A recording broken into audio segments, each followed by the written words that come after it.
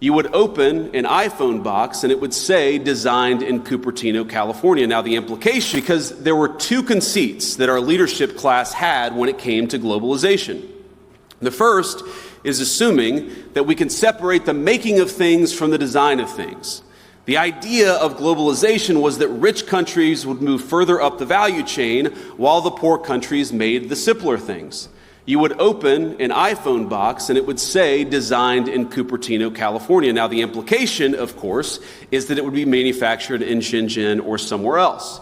And yeah, some people might lose their jobs in manufacturing, but they could learn to design, or to use a very popular phrase, learn to code. But I think we got it wrong. It turns out that the geographies that do the manufacturing get awfully good at the designing of things. There are network effects, as you all well understand. The firms that design products work with firms that manufacture. They share intellectual property, they share best practices, and they even sometimes share critical employees.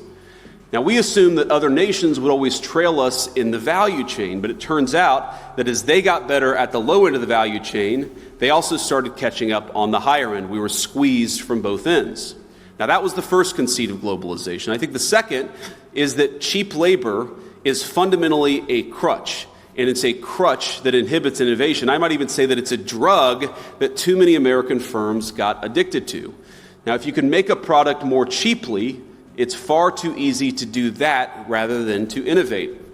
And whether we were offshoring factories to cheap labor economies or importing cheap labor through our immigration system, cheap labor became the drug of Western economies. And I'd say that if you look in nearly every country from Canada to the UK that imported large amounts of cheap labor, you've seen productivity stagnate. I don't think that's not a total happenstance. I think that the connection is very direct.